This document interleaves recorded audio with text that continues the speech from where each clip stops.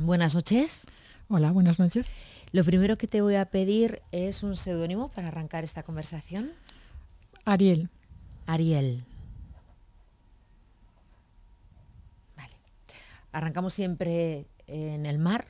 Pregunto siempre a mis gatopardos, en este caso gata parda, por vuestra relación con el mar. ¿Cuál es la tuya? Bueno, pues yo nací en el Mediterráneo, entonces el mar es algo que ha estado siempre muy presente en mi vida. Me encanta pasear cerca del mar, dar paseos largos por el mar. No me gusta tanto ir a la playa, o bueno, depende de qué playas, pero el mar me tranquiliza mucho, me gusta mucho. Me gusta navegar por el mar también. Cuando eras pequeña, ¿tenías miedo a la inmensidad del mar? Sí, sí, es verdad. Es uno de mis primeros recuerdos del mar. Quizá la primera vez que vi el mar fue algo que me dio miedo. Sí. Por lo desconocido, por lo Sí, por lo desconocido. enorme que es, por ese horizonte que uno no sabe qué hay detrás. Sí, una especie de abismo, quizá. Vámonos a un lugar. Te voy a pedir que te concentres en un campo de olivos. ¿M? Y me digas, siendo niña, en ese campo de olivos, ¿qué estaría sonando? ¿Qué estarías haciendo? ¿Quién estaría cerca de ti? Pues estaría seguramente jugando con mis amigas, que nos gustaba subirnos a los olivos y bueno, hacer todo tipo de trastadas. Una inspiración para mí era Pippi Landström, ¿Ah, sí? con lo cual, vamos, te puedes imaginar. ¿Eras una niña imaginativa? Yo creo que sí, sí, era una niña imaginativa. Además, si lo comparo con ahora, que bueno, hay tantos estímulos, ¿no? que puedes encontrar pues a través de la internet. Antes realmente los estímulos los tenías a tu alrededor, ¿no? En lo que te rodeaba, en los amigos, la naturaleza. Entonces, claro, sí, claro. ¿Cómo era esa pedanía en la que te crías? ¿Cómo era tu colegio? Que creo que era una escuela rural. ¿Cómo era esa vida de la infancia? Pues era y es realmente un sitio que está en el campo, donde hay casas aisladas, quitando una calle donde hay casas que son un poquito más juntas. Un sitio agrícola donde ahora, bueno, ahora ya no hay cultivos, pero donde se cultivaba el almendro, el olivo y también los viñedos. Y bueno, un sitio tranquilo, un sitio donde todos nos conocíamos, donde parecía que nunca iba a pasar nada malo, donde había una seguridad total y donde los niños y niñas estábamos sueltos, ¿no? ¿Y el cole? ¿Cómo era? Pues el cole era pequeñito, estábamos mezclados de distintas edades en la misma clase y bueno, pues también un sitio como muy amable, muy tranquilo. Esa experiencia de estar en una clase con niños de otras edades, niños y niñas de otras edades, ¿esa experiencia cómo la ves ahora con la distancia? Pues curiosamente, aunque estábamos niños de distintas edades, al final nos relacionábamos sobre todo con los de nuestra propia edad. O sea, una manera de un mundo heterogéneo, pero que al final nos relacionamos casi solo con los niños de nuestro grupo de edad. Es curioso. ¿Cuántos años estuviste en ese lugar, en Pues ese pueblo? recuerdo. ¿Cuándo saliste por primera vez? Bueno, salía muy a menudo porque mi abuela paterna vivía en Alicante, con lo cual íbamos todos los fines de semana a verla. O sea que aunque vivía en el campo, la ciudad estaba también muy presente en mi vida y además me encantaba. Vale. ¿Y cuando sales de casa para vivir en otro lado, cuándo fue? Cuando me fui a estudiar a Valencia, fui a estudiar biología y bueno, pues entonces me fui a vivir en un pueblo cerca de Valencia que se llama Burjassot, que es donde estaba la Facultad de Biología. Esa fue la primera vez que me fui a vivir fuera de casa de mis padres, a los 18 años. Siempre has hablado de la importancia que tuvo un investigador que entró en tu clase, Paco Rodríguez Varela, y te aclaró de repente las cosas. Eso que él contó, ¿qué contó?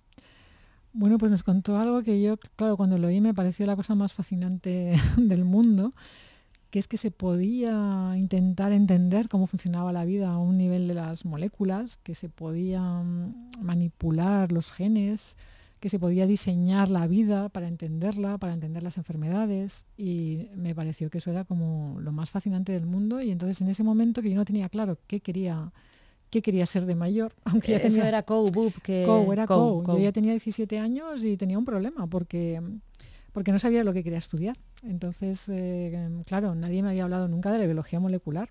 Yo sabía de profesiones como más comunes.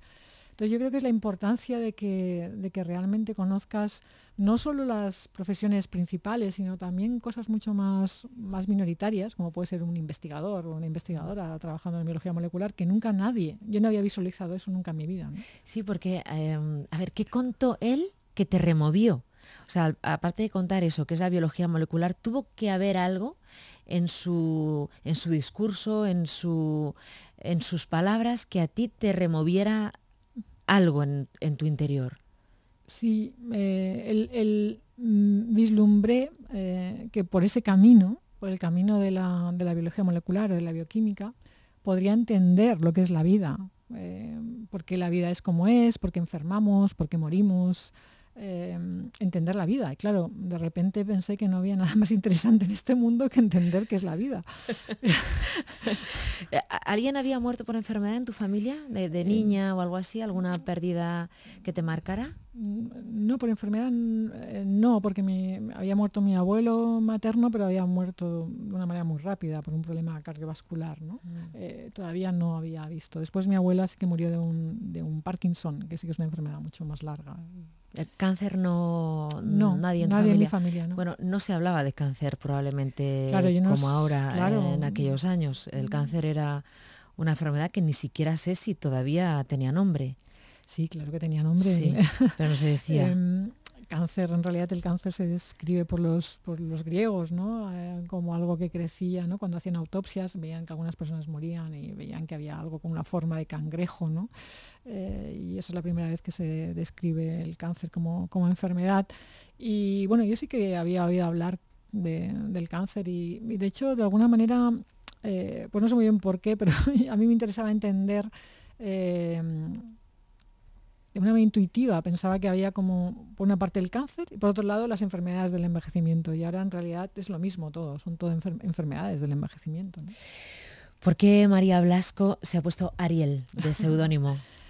Bueno, por varios motivos. Primero porque cuando era más joven leí un libro de poesía de una poeta que se llama Silvia Plath, que el libro se llama Ariel, bueno, es un libro póstumo que se publicó después, y que me gustó mucho, me impresionó hasta tal punto de que, bueno, pues a mi hijo su nombre es Ariel.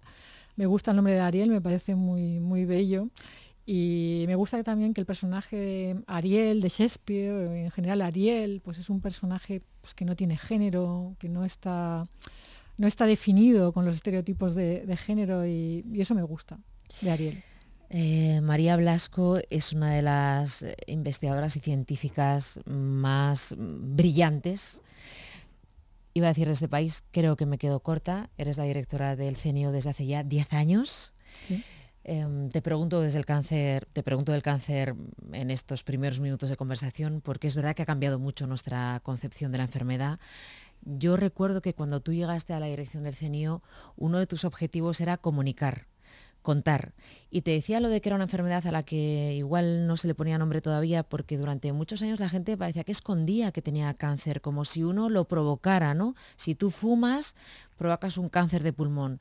Si tú tienes excesos en la vida, es como que tú atraes a la enfermedad. Pero en los últimos años las campañas de comunicación, la labor que han hecho las asociaciones, las instituciones, las federaciones, los médicos, los pacientes, los investigadores, han cambiado completamente el mundo del cáncer, ¿no?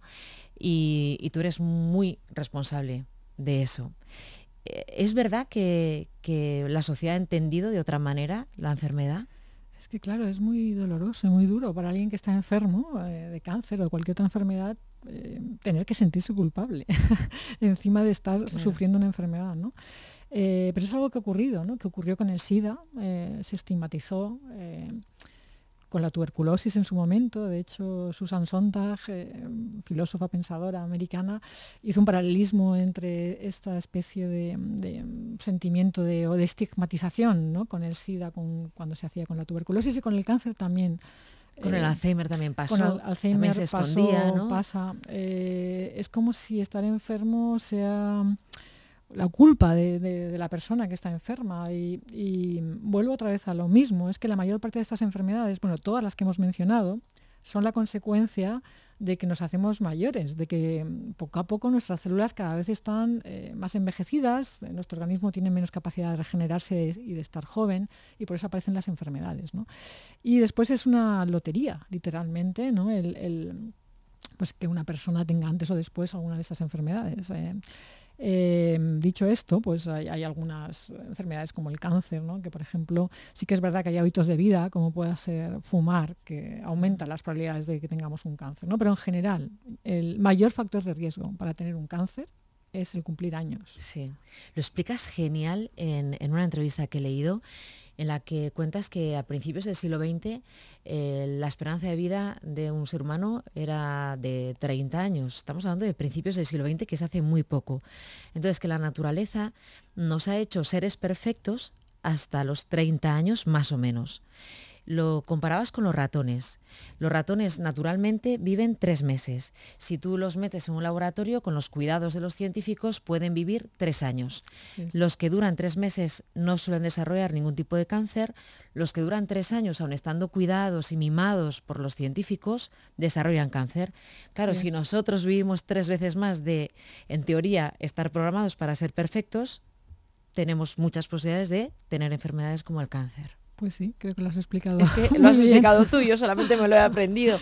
Me ha parecido tan bonita el paralelismo y es verdad, estamos obsesionados con vivir mucho más tiempo, pero queremos vivir mucho más tiempo igual que si tuviéramos 30 años y eso es imposible. Es que la mayor revolución realmente de la civilización, o por lo menos lo que yo pienso, ha sido este aumento de la esperanza de vida de nacimiento, ¿no? Que pues bueno, nuestro país era de poco más de 30 años y ahora pues es 80 y pico años para hombres y para mujeres.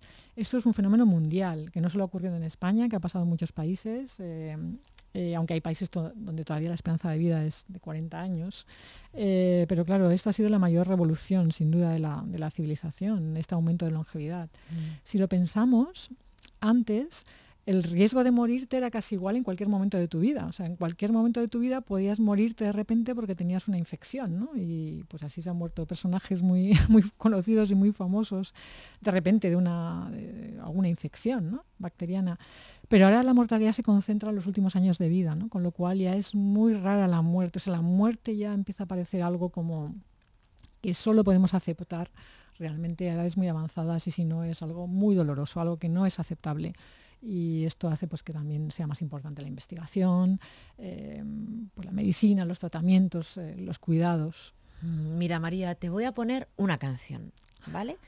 Porque aparte de tu parte investigadora, queremos recorrer tus escenarios vitales. Vale, estás en Estados Unidos, cuando hiciste tu primer viaje a Estados Unidos a estudiar allí. ¿Estás en una habitación que vivías? ¿En una residencia? ¿Dónde vivías? No, vivía con mi pareja, con mi marido, vivía en una casa que teníamos alquilada en Long Island, en la costa norte, que estaba cerca de los laboratorios donde trabajábamos.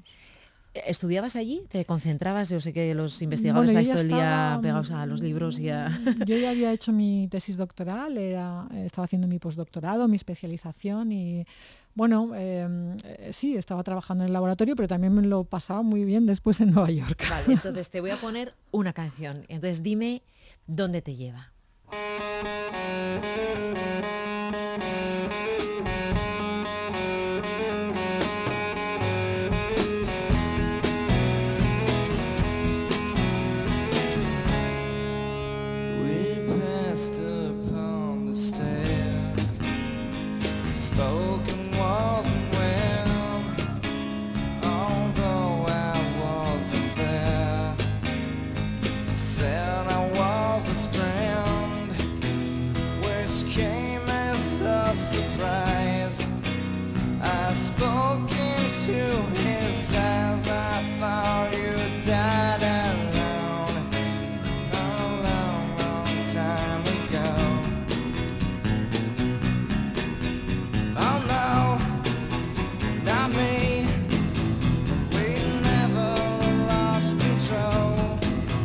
The thing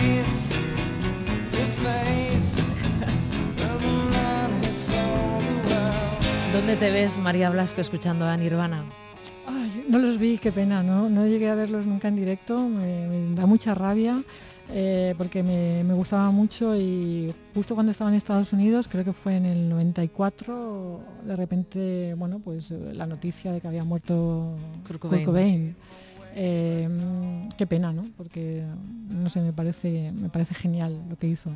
Esto es un unplugged, es un directo para la MTV. Sí. Pero me hubiera encantado verlo, pero en general, la música en general me transporta pues a todos los momentos felices de mi vida. A los festivales de música, a los amigos. Porque eres muy musiquera, ¿no? Me gusta la música, sí, sobre todo me gusta la música rock. Sí. Y los directos. Sí, me encanta el directo porque hay algo imperfecto, porque no siempre no suena igual de bien que cuando lo escuchas en un disco. Entonces eso me gusta, el que haya esas imperfecciones.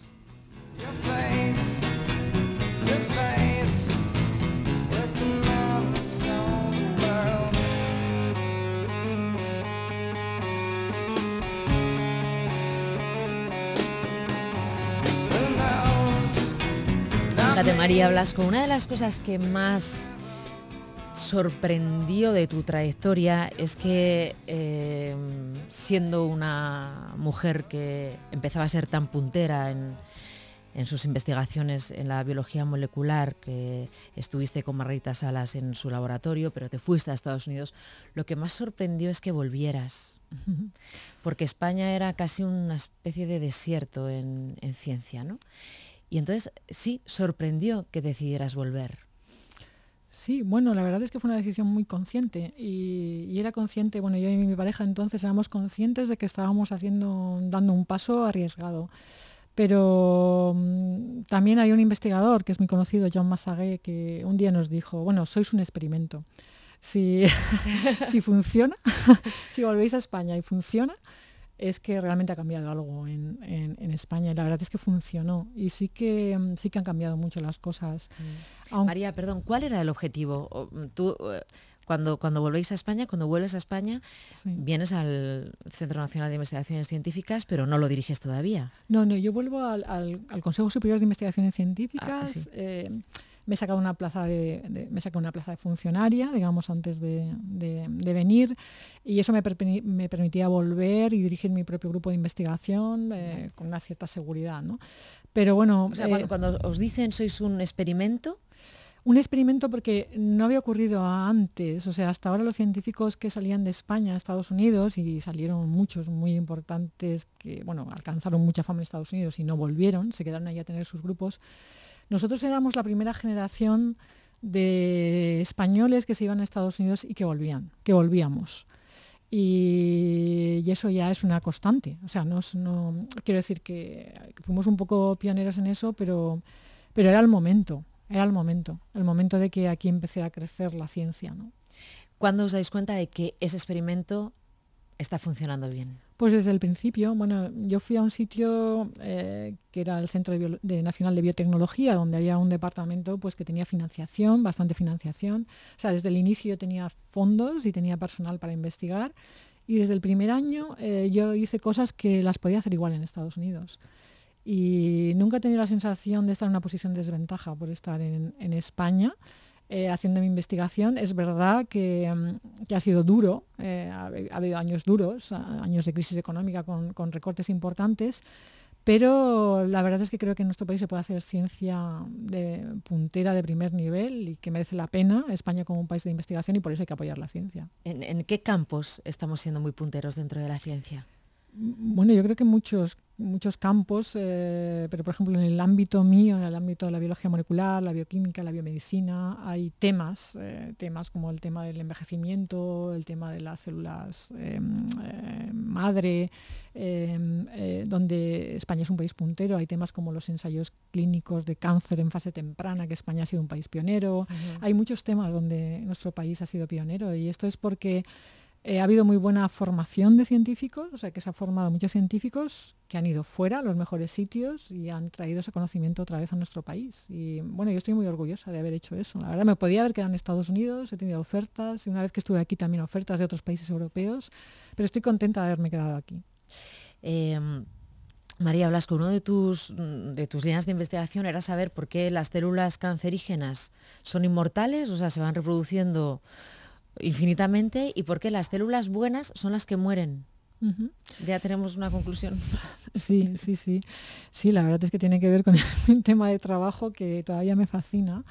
Pero sí, las células sanas son mortales, igual que, o sea, las células de nuestro organismo son mortales. Y esto es por algo también que, bueno, tiene una cierta belleza, que es que la vida es imperfecta. Está diseñada de tal modo que cada vez que una célula se tiene que multiplicar para dar lugar a células hijas, ese proceso requiere de la copia del material genético y no se hace una copia perfecta. Se hace una copia donde pues se va perdiendo material genético del extremo de las moléculas de ADN, que son lo que se llama telómeros, y eso es lo que yo trabajo. Y esa pérdida progresiva de los telómeros es lo que hace que nuestras células envejezcan, al final no funcionen bien los órganos y los tejidos, tengamos enfermedades y seamos mortales. Y el cáncer, pues el cáncer es algo, son células viejas, células que no funcionan bien, pero que han adquirido la capacidad de rejuvenecer sus telómeros, ¿no? Y que han adquirido pues, la capacidad de multiplicarse de manera indefinida, ¿no? Son células inmortales, potencialmente, siempre que tengan alimento, ¿no? ¿Habrá una vacuna contra el cáncer? Hay vacunas contra el cáncer. De hecho, es curioso, la empresa BioNTech, que generó la primera vacuna contra el COVID, ¿no? La vacuna de Pfizer-BioNTech, sí. Es una empresa que se dedicaba a hacer vacunas contra el cáncer. Básicamente es hacer que nuestro sistema inmunológico reaccione contra las células que llevan alteraciones, las células tumorales, ¿no? Y sí, hay vacunas contra el cáncer que se han probado. Lo que pasa es que no hay todavía un solo fármaco que funcione contra todos los tipos de cáncer. Y bueno, es un camino largo, donde cada día hay más, digamos, más tratamientos, más personalizados, pero que todavía queda camino por recorrer, porque el cáncer es una enfermedad muy compleja, quizás sea la enfermedad más compleja de todas las que hemos hablado, porque las células del cáncer son supervivientes y para ser supervivientes pues tienen muchísimas alteraciones, ¿no? ¿Qué te ha enseñado de cómo somos los seres humanos, todo lo que has dedicado a estudiar cómo somos por dentro? Pues yo creo que es conócete a ti mismo, ¿no? Para mí la investigación es conocerme a mí misma, ¿no? Bueno, pues saber quiénes somos, ¿no? Y de qué estamos hechos. ¿Y somos gente buena, el ser humano? Bueno, eso no hay de todo, ¿eh? Pero bueno, yo creo que el mundo solo se transforma de una manera sostenible, de una manera por las cosas buenas, ¿no? Las cosas malas ocurren, pero afortunadamente no tienen continuidad. María Blasco, te voy a llevar a un faro. Voy a poner una música que esta vez voy a elegir yo, que tiene que ver con Ariel también. No sé si hay algún faro por el que tengas especial Bueno, predilección. los faros me encantan, los faros me gustan todos. En Estados Unidos me dedicaba a ver faros y sí, hay unos faros preciosos. Y bueno, también en nuestro país. Pero bueno, sobre todo mi faro favorito es la novela de Virginia Woolf, el faro que aparece en la novela de Virginia Woolf, Alfaro, ¿no? Que está en Cornualles, ¿no? En el Reino Unido, que todavía no he ido, pero tengo muchas ganas de ir. Vale, pero ¿sabes cómo es ese faro, no? Lo tienes más o menos visualizado. Está en una isla en el mar, sí. Que te lleve ahí en la imaginación. Vale. Te voy a poner yo una música y me vas a decir con quién estarías. Vale, vamos a poner a Patti Smith.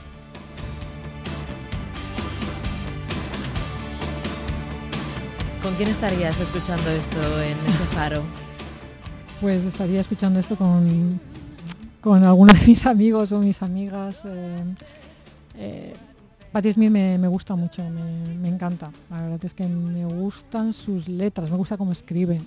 Y bueno, esta canción también es muy poderosa. Sí, y he dicho que tiene que ver con Ariel porque parece que te regalaste unas entradas de Patti Smith o algo así, sí, cuando nació tu hijo, fueron, ¿no? de PJ Harvey, pero bueno, podían haber sido de Patti Smith también. Fue de Patti Smith, de PJ Harvey, sí, vale. Pero ¿te gusta, no, Patti Smith? Sí, la gusta, dejamos, ¿no? ¿te gusta? La he visto en directo algunas veces y me encanta cómo escribe. Me gustan sus libros autobiográficos, ¿no? Como la de uno que se llama Éramos unos niños, me parece en castellano, Just Kids, que habla de su relación con Robert Mapplethorpe cuando eran muy jóvenes en Nueva York. Ese libro es una joya.